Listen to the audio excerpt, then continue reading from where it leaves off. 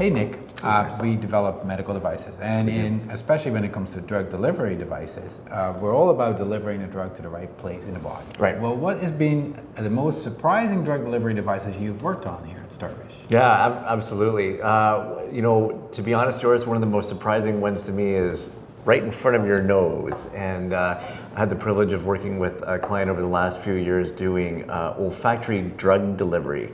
And not to be confused with intranasal drug delivery, but getting drug to a very targeted location right about here in your head. And before doing this project, I didn't know a whole lot about the nasal anatomy and certainly where it interfaces most appropriately with the brain.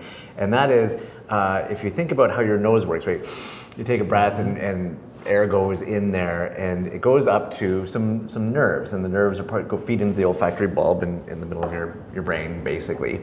And we've got a skull between here and the olfactory bulb. And so neurons come down from our brain into the top of our nose, into this olfactory region of our head here. And it has to get through the skull. And it turns out that there's this plate called the cribriform plate. And if you look at it in a cadaver or an x-ray, there's actually holes in your brain. This it looks like Swiss cheese. And that's where these nerves come down. And this particular company, and indeed folks for the last 20, 30 years, have been looking at utilizing this access point to the brain to be able to get drugs to get past what we call the BBB, or the blood-brain barrier. And so if you can get drug into this magical region called the olfactory region of your nose and utilize either intracellular or extracellular pathways through these neurons, you can get certain molecules directly delivered to the brain. Just amazing. So by spraying something into your nose in that very specific region, you get them into your brain. You can get it into your brain. And so you can imagine, that sounds like an interesting idea. And in fact, hundreds of thousands of years of evolution of humans, we've been designed to not put things directly into our brain, right? You can imagine we wouldn't exist as a species if that was true.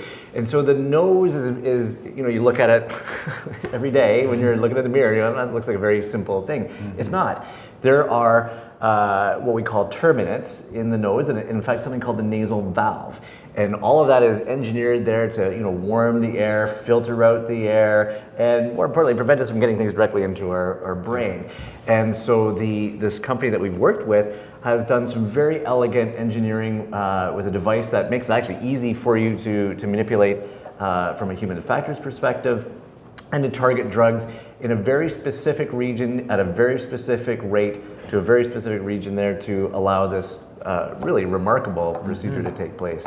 That is absolutely a very surprising way to deliver drugs to the brain. Absolutely. Yeah, fascinating. And perhaps in future episodes I can tell you a little bit more about this amazing project. Great. Thank you so much. Thank you. Have a great day. Well, have a great day.